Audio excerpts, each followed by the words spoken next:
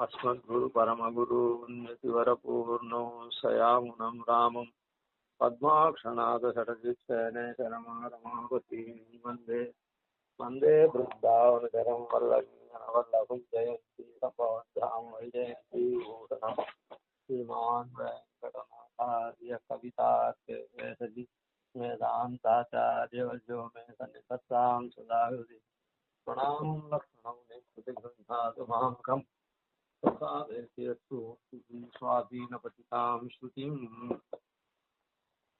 मूले निविश्य महतान् निगमद्रुमाणाम् मुष्णन् प्रतारकभयं कृतनैकदण्डः रङ्गेशभक्तजनमानसराजहंसः रामानुजशरणमस्तु मुनिस्वयं नः।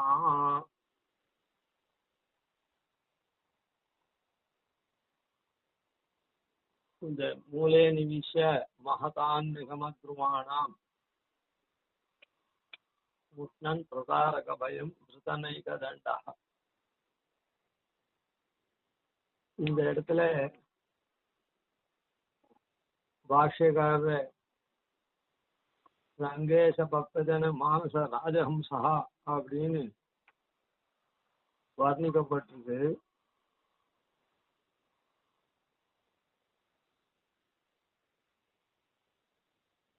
அதனால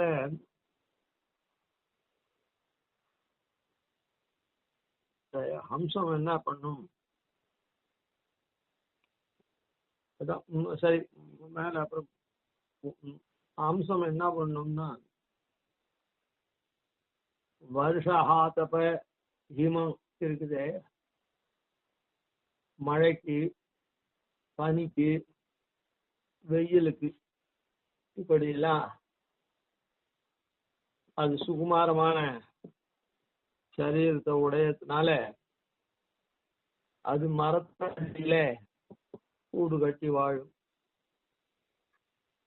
போனுன்ற போது அந்த மரத்துல ஏறி சாக்கா விசேஷங்கள் அந்த கிளைகள்ல அப்படி சஞ்சரிக்கும், அப்படிதான் இருக்கும். அதனால இந்த இடத்துல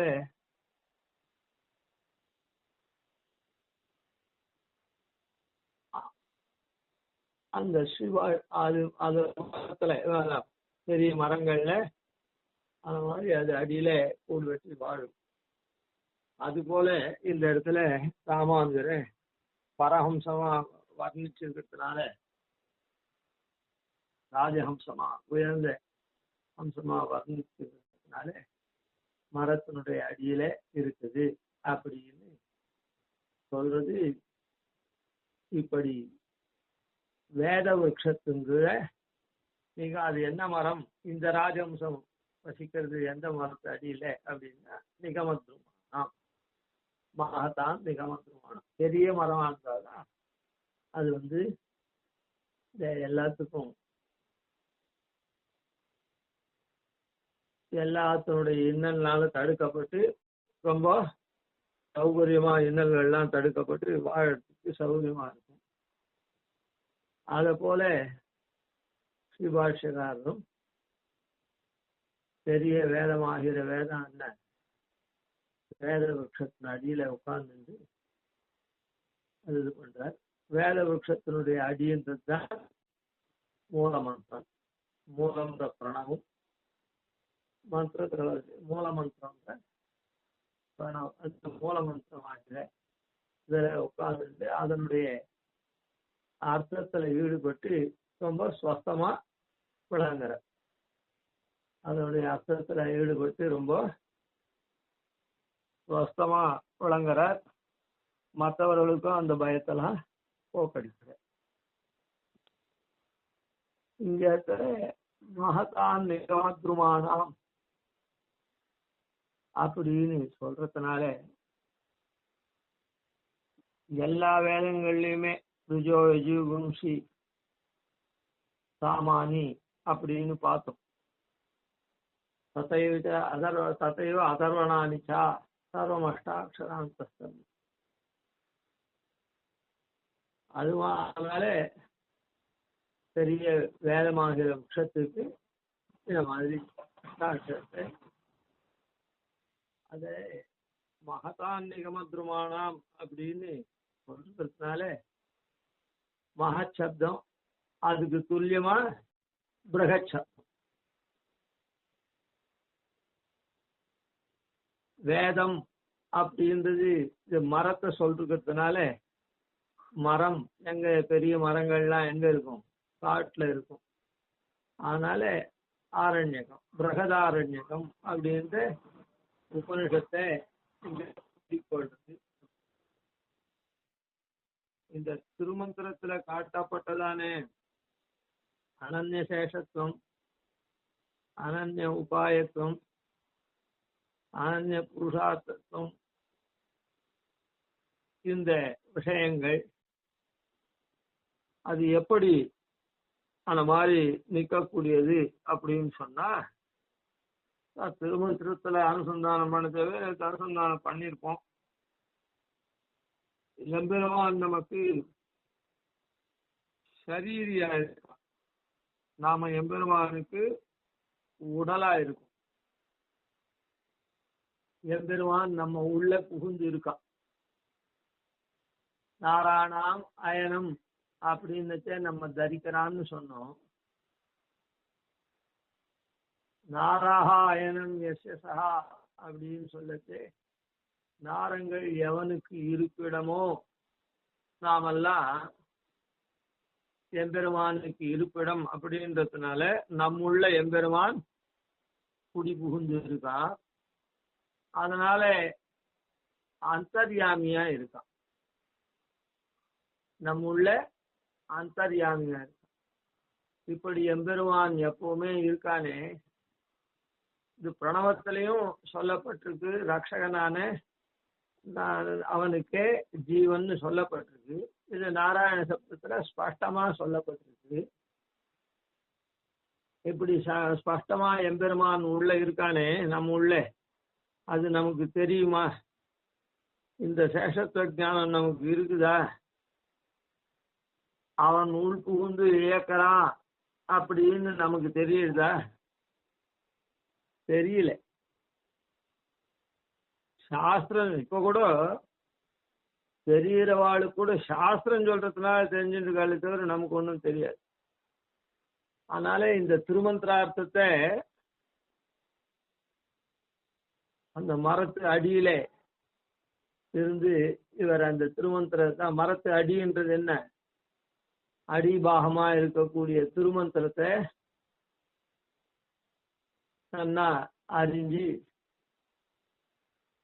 தன்னிஷ்டராயிருந்து விளங்கறதுனால இவரிடத்துல மற்றவாள்லாம் கிட்ட நெருங்கிறதுக்கு, இவர் இருக்கிற பிரதேசத்திலேயே வஞ்சிக்க கூடியவாள்லாம் அவளுடைய பிரச்சாரத்தை தொடங்க மாட்டான். இவர் இருக்கிற பகுதியிலேயே அவள்லாம் வரமாட்டான். அப்படி இருக்கக்கூடியவரா விளங்குறார்.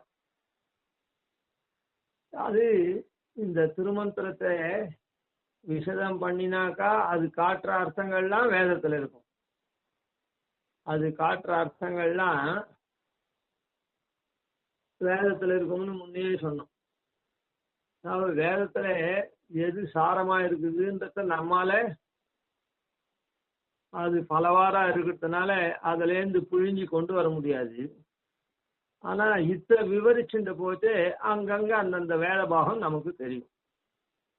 இதனுடைய விவரிச்சுட்டு போச்சு அந்த அதுல இந்த பிரகதாரண்யகம் இருக்கு. இது இந்த பிரகதாரண்ய சுத்தி ரொம்ப அதுல இதுவா இருக்கு.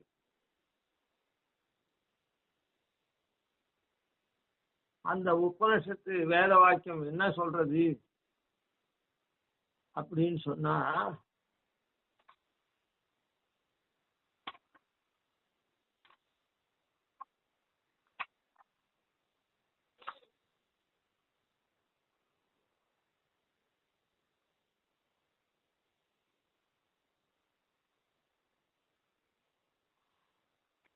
பிரகதாரண்ய உபனிஷத்துல இப்போ நாம திருமந்திரத்துல இந்த பார்த்த விஷயத்தை ஸ்பஷ்டமா சொல்றது.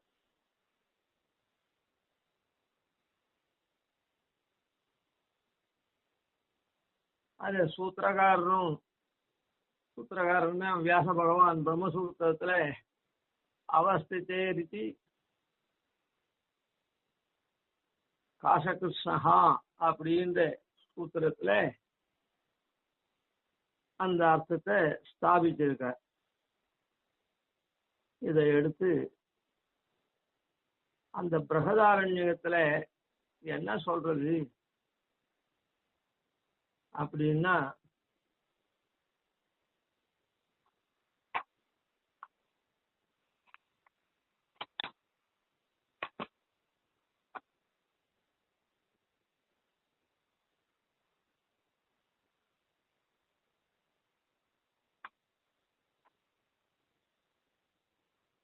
அந்த வேத வாக்கியம் எவன் ஒருவன் ஆத்மாவிலே நிலை பெற்றவனாய் இருந்து அப்படின்னு ஆரம்பிக்கிறது.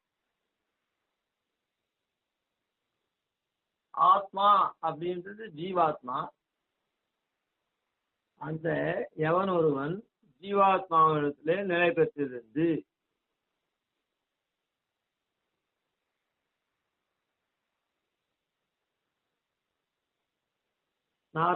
நாராஹா அயனம் எஸ்ய சஹா அப்படின்னு சொன்னோம்ல, நாரங்கள் எவனுக்கு இருப்பிடமோன்னு அதை ஆரம்பிக்கிறது. பகுபுரி சமாசத்தினுடைய அர்த்தத்தை ஆத்மான்ற ஜீவனிடத்துல பரமாத்மா தங்கி, அது தங்கிறது மாத்திரம் இல்லை, அந்த ஜீவாத்மாவோட பிரித்து பார்க்க முடியாம அந்தரா அவன் ஆத்மனி திஷ்டன்னு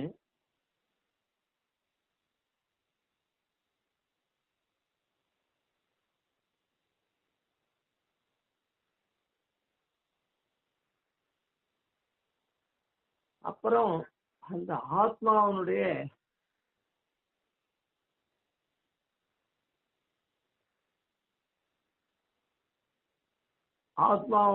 அந்தரகான்னு அந்த ஆத்மாவோட அவனோட பிரிச்சு பார்க்க முடியாம அப்படியே சேர்ந்து இருக்கான் அப்படின்னு சொல்ற.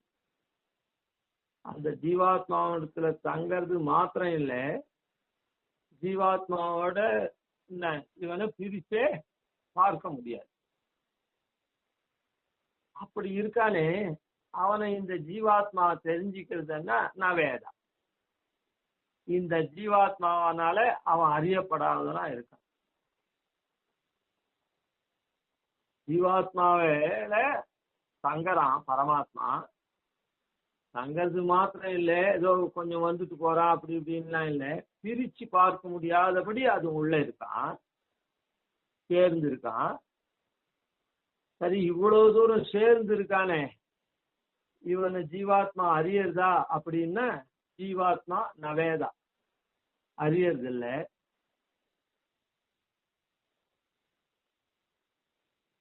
அதுக்கப்புறம் அந்த ஜீவனையே தனக்கு சரீரமாக உடலாக கொண்டிருக்கான். அந்த ஜீவனையே தனக்கு சரீரமாக கொண்டிருக்கான்.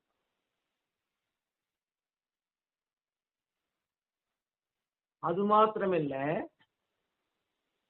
உள்புகுந்து இருந்து உள்புகுந்து இருக்கானோ அப்படி உள்புகுந்து இருந்துட்டே வெறுமை இல்லை. இந்த ஜீவனை யமயத்தி நியமிக்கிறான். நல்லது செய்யறதுக்கோ செய்யாது இருக்கிறதுக்கோ ஜீவனை ஒரு காரியத்துல பிரவர்த்திக்கிறதுக்கோ பிரவர்த்திக்காம இருக்கிறதுக்கோ அப்படி செயல்படும்படியும் செயல்படாதபடியும் தூண்டி அவன் உத்தரவிட்டு இருக்கான். அந்தர்யாமியா இருக்கான். அப்படிப்பட்ட இருக்கக்கூடிய ஆத்மா இருக்கானே, அந்த ஆத்மா அந்தர்யாமி. உனக்கு அந்தர்யாமியா இருக்கக்கூடிய பரமாத்மா அமிர்தா அழிவத்து நித்தியமா இருக்கா.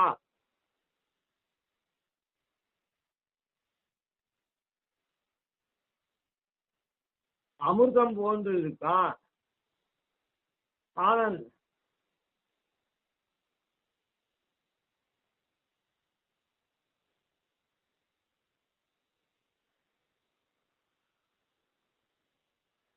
அணுவான ஒவ்வொரு ஜீவனிடத்திலையும் இப்படி பரிபூர்ணமா நிறைந்து பரிபூர்ணமா அவன் உறைந்திருக்கான், நிறைந்திருக்கான் அப்படின்னு அந்த ஸ்ருதி சொல்றது. இந்த ஸ்ருதியே எடுத்து காட்டிதான் அந்த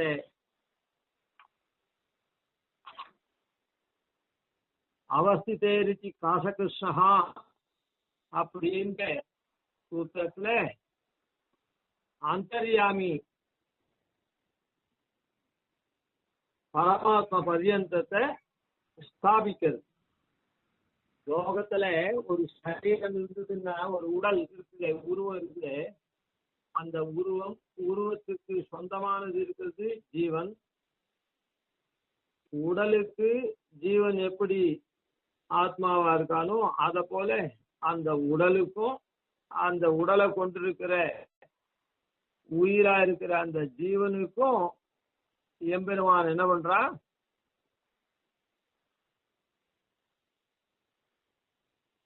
உயிரா இருக்கான் அப்படின்னு அந்தர்யாமி பரமா ஒரு சப்தம் சொன்னா, இப்படி இருக்கக்கூடிய அந்தர்யாமியா இருக்கக்கூடிய பரமாத்ம பர்யந்தத்தை அதை ஸ்தாபிச்சு பண்ற. அதனால ஒரு சப்தம் சொன்னா, இப்ப மாதவன் கோவிந்தன் அதெல்லாம் பெருமாள் பேர சொல்ற. ஆடு மாடு மனுஷன் அப்படின்னு ஒரு சப்தம் சொன்னா, மாதவன் கோவிந்தன் பெருமாள் பேர் நாம வச்சுருக்கிற பேரை சொன்னேன். அது பெருமாள் பேரே சொன்னா ஒரு கால் ஒரு சந்தேகம் வந்துட போறதுன்னு மாத்தினேன். அதனால லோகத்துல என்ன பேர் கொண்டு என்ன ஒரு பொருள் விளங்கினாலும் அந்த பொருள் இப்ப எப்படி மாதவாச்சார் கோவிந்தாச்சார் அப்படின்னா அது ஒரு சரீரத்தை கொண்டிருக்கிறதான குறிக்கிறது. அந்த சரீரத்தை தானே சரீரத்துக்கு இருக்கிறத குறிக்கிறது. அதுபோல இந்த சரீரத்துக்கும் அந்த சரீரத்தை கொண்டிருக்க ஆத்மாவையும் அந்தர்யாமியா அந்த ரெண்டு பேரையும் உடலா கொண்டிருக்க எம்பெருமான இந்த சரீர சப்தம் அவன் பர்யந்தம் செல்லும் அப்படின்றத அந்த சூத்திரத்துல ஸ்தாபிச்சிருக்கார். இந்த பிரகதாரண்யக ஸ்ருதிய ஆராயாலே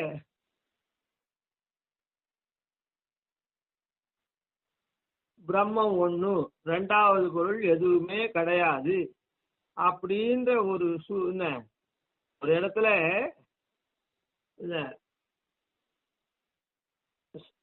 சத்து ஒண்ணுதான் இருக்குது, ரெண்டாவது ஒண்ணுமே கிடையாது அப்படின்னு சொல்ற ஸ்ருதிக்கு அந்த இடத்துல என்னன்னா, பிரளய காலத்துல இந்த சத்துன்ற பிரம்மம் ஒண்ணுதான் இருக்குது, வேற ஒண்ணும் கிடையாது அப்படின்னு சொல்ற ஸ்ருதிய மாத்திரம் கொண்டு அவ என்ன பண்றா, இந்த மற்ற ஸ்ருதியெல்லாம் ஆராயாம என்ன மற்ற ஸ்ருதி சொல்றது, நமக்கு சரீரமான அறிவற்ற உடல், அந்த உடலை இயக்கக்கூடிய கொண்டிருக்கக்கூடிய ஜீவாத்மா, இது ரெண்டுத்தையுமே உடலாக உடையவன் பரமாத்மா ஒருவன் அப்படின்றது இந்த ஸ்ருதி மூலமா, பிரகதாரண்யக ஸ்ருதி மூலமா வேத விரோதம் இல்லாம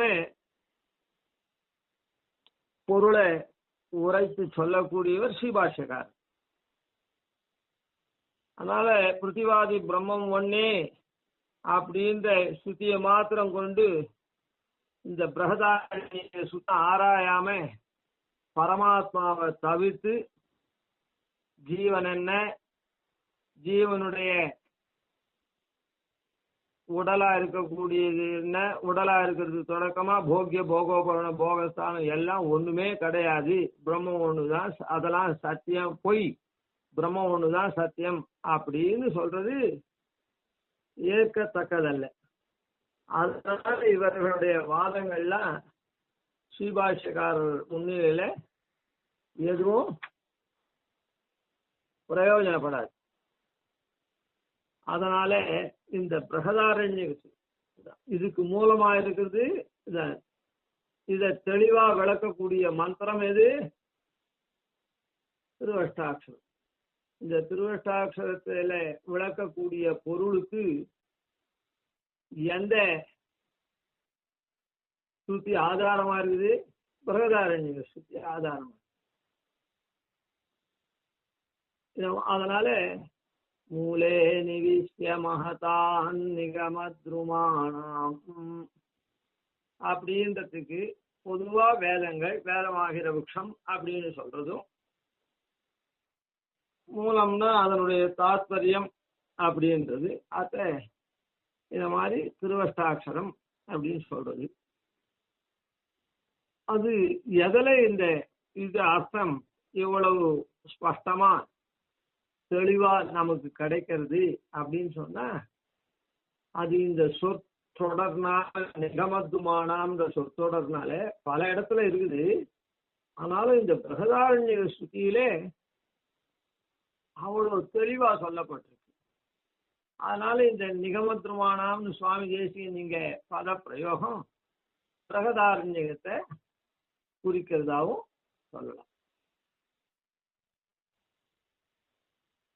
மூலே நிவிஷ்ய மகதான் நிகமத்ருமாணாம் உஷ்ணன் பிரதாரக பயம். அல்ல பிரம்மம் ஒண்ணுதான் சத்தியம், அந்நியத் சர்வம் மித்யா, அப்படி இப்படின்னு ஜெகன் மித்யா இப்படின்லாம் சொல்லி வஞ்சிக்கிறாளே. ஓ ஏன் வஞ்சிக்கிறாள் அப்படின்னு சொல்லணும்னா, பிரதாரக பயம்னு. இப்போ இந்த மாதிரி எல்லாம்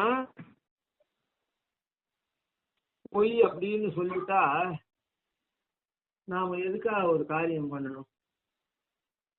பிரம்மத்தை, பிரம்மம்ன்றது ஒண்ணு இருக்கு, அது ஞானமயம், அது அவித்யைன்னு ஒண்ணு அதோட கூடவே இருக்கிறது, மறைக்கிறது.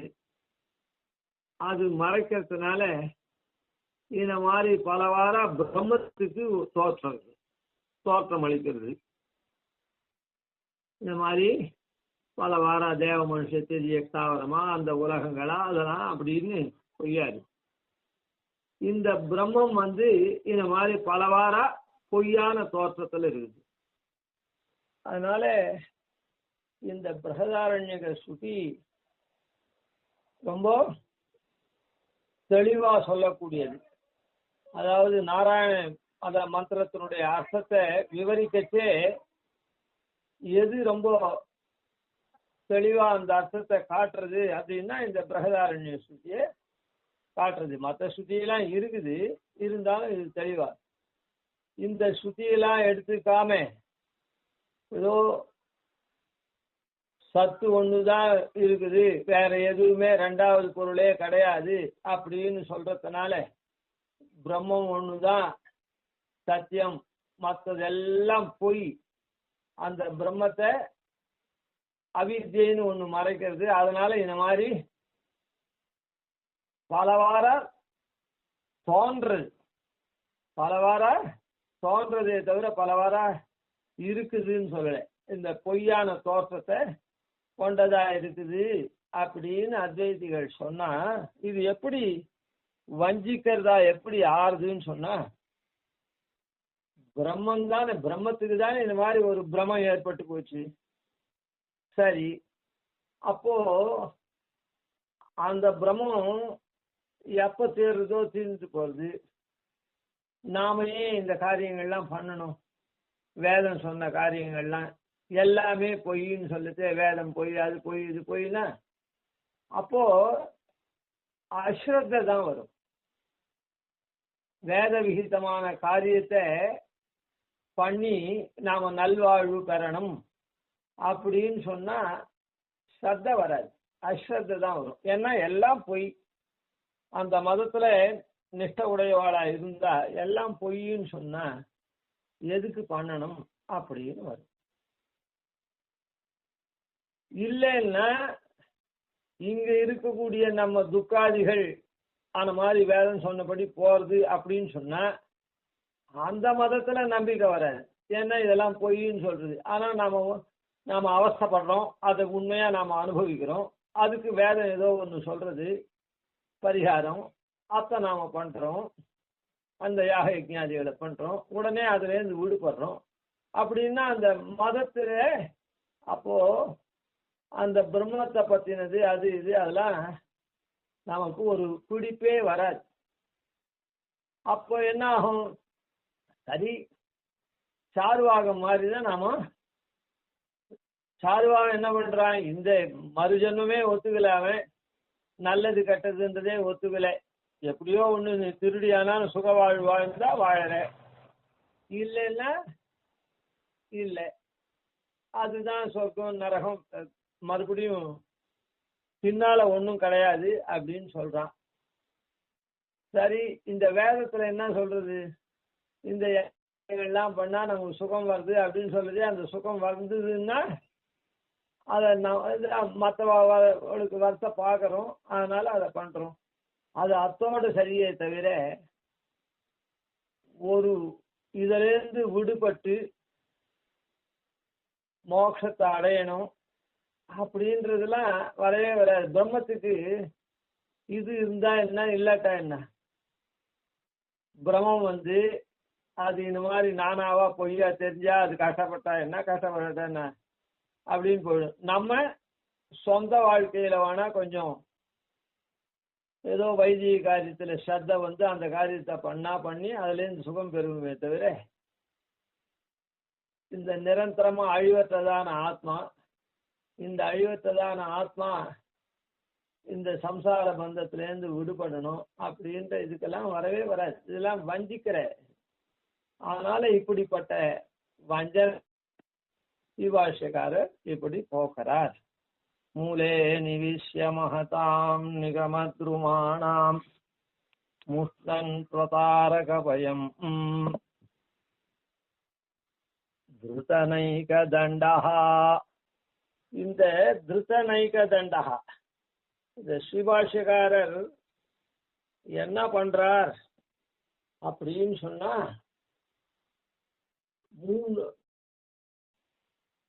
ஒரு தண்டம் இல்லை, நைக்க தண்டஹா அப்படின்னு பிரதண்டத்தை கையில வச்சுண்டு இந்த மாதிரி ஒரு அடையாளம் அவருக்கு. பிரதண்டத்தை கையில வச்சுட்டு இருக்கிறதுனால அவருடைய தன்மையெல்லாம் தெரியுது. அவர் ஆசிரியிச்சு எல்லாரும் பயத்தெல்லாம் அவர் வச்சுட்டு இருக்கிறதுனால மற்றவர்கள்லாம் இது பண்றோம். இந்த திருதண்டம் அப்படின்றத, இந்த நைக்கதண்டகான்ற அர்த்தத்தை நாமும் தனிய பார்ப்போம். மொத்தத்துல நைக்கதண்டகா அப்படின்னா ஒரு தண்டம் இல்லை, பல தண்டம் அர்த்தம். பல தண்டம்னா என்ன அர்த்தம்? திருதண்டம், திருஜகத் புண்ணிய பலம் திருதண்டஹஸ்தம் அப்படின்னு. அதனால அந்த திருதண்டம் எதை குறிக்கிறது அப்படின்னா, இப்ப சாமானிய அர்த்தத்தை பார்த்துருவோம். மனசு மனோவாக்காயம்னு சொல்றமே, இது திருதண்டத்தை கையில ஏந்தின வாழ்க்காளே பரமஹம்சாலா இருக்கக்கூடிய இந்த யதிகள் மனோவாக்காயம் மூன்றும் ஒன்னா பொருந்தினவாளா இருக்கணும். அதாவது அப்ப நமக்கெல்லாம் அந்த மனோவாக்காயம் எல்லாம் ஒன்றும் கிடையாதா? இஷ்டத்துக்கு போலாமா? நினைக்கிறது ஒண்ணு, சொல்றது ஒண்ணு, பண்றது ஒண்ணுன்னு போலாமா அப்படின்னு கேள்வி கேட்கக்கூடாது. அதாவது சத்தியத்தை பேசு, உண்மையை பேசு அப்படின்றது சாமானிய விதி. அதாவது எல்லாருக்கும் விதி, உண்மையை பேசு அப்படின்றது எல்லாருக்கும் விதி. ஆனா அனுதேன பொய் சொன்னாக்கா யாகம் நஷ்டமா போயிடும் அப்படின்னு சொல்றது. ஓஹோ, யாகம் பண்றதுதான் அப்போ பொய் சொன்னா நஷ்டமா போடுன்னு சொல்றதுனால நாமெல்லாம் பொய் சொல்லலாம்னு அர்த்தம் கிடையாது. அதாவது நாம பொய் சொன்னோம்னா அந்த சொன்ன பொய்க்கு மாத்திரம் ஏதோ என்ன தப்போ அதுக்கு மாத்திரம் தண்டனை உண்டு.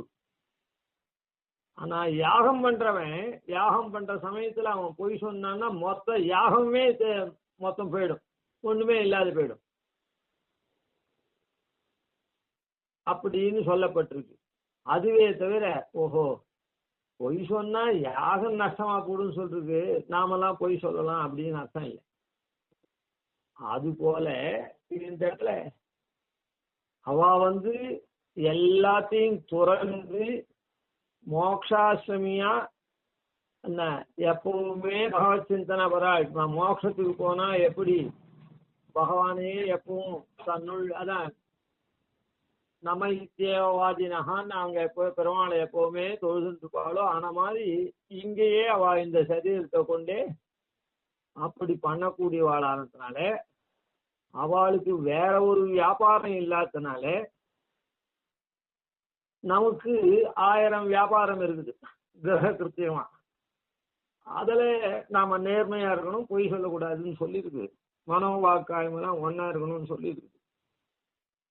அதுல ஏதோ மின் பின்னா இருந்தா அது வேற விஷயம். ஆனா அவ அந்த ஆசிரமத்துக்கு வேற ஒரு காரியமே இல்லாதனால அவ இந்த 3த்தையும் உடையவர்கள் அப்படின்னு காண்பிக்கிறதுக்கு தான் அவ பிரதண்டத்தை வச்சுருக்கா. இன்னொன்னு கூட இதுல இருந்து சூக்ஷ்மமா நீங்க பார்க்கலாம்.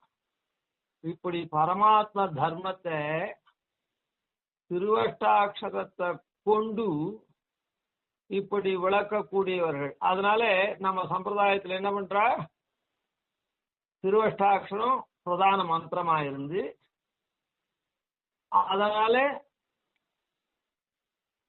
துவயமந்திரத்தை அதை விவரணமா காமிக்கக்கூடிய துவயமந்திரத்தினால அனுஷ்டானத்தை பண்றா. அதை விதிக்கக்கூடிய சரம ஸ்லோகம் இத்த ரகசியம் திரயம் அப்படின்னு வச்சிருக்கா. இந்த திருவஷ்டாட்சரத்தை போதிக்கக்கூடியவர்கள் யாரு? திருதண்டிகள். திருதண்டியா இருக்கக்கூடிய நம்முடைய ஆச்சாரியெல்லாம்.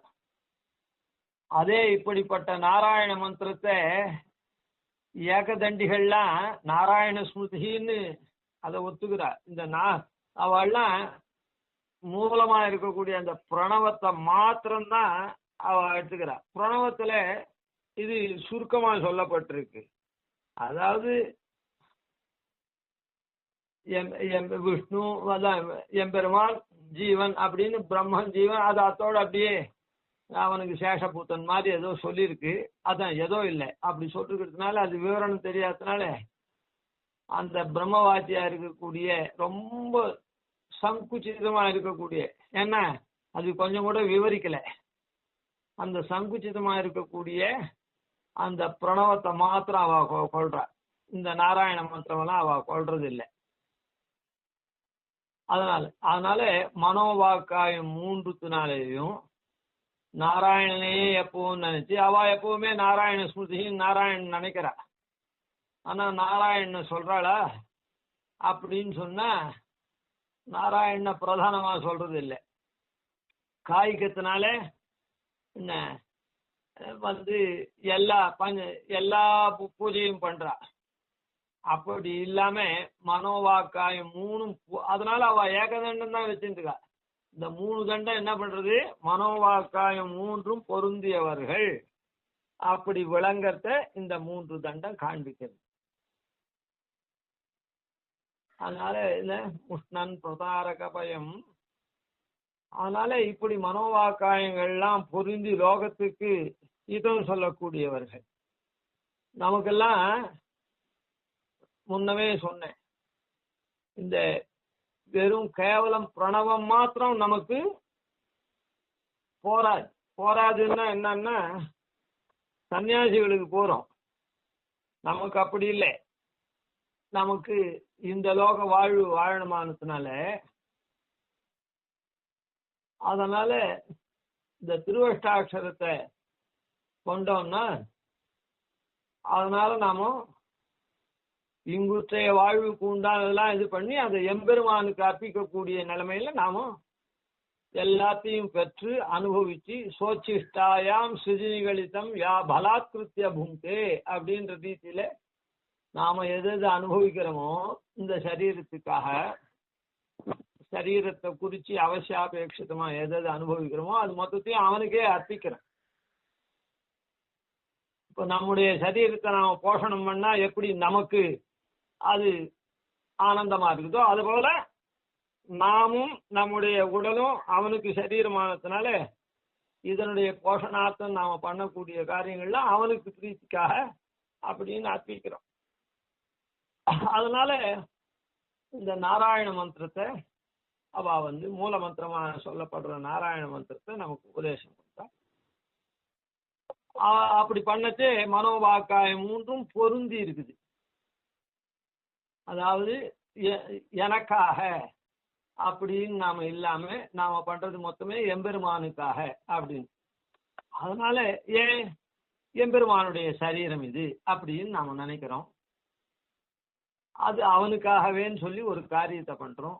அந்த அனுபவத்தையும் அவனுக்காகவேன்னு அந்த பலனையும் அவனுடைய கைங்கரியத்துக்காகவே அர்ப்பிக்கிறோம்.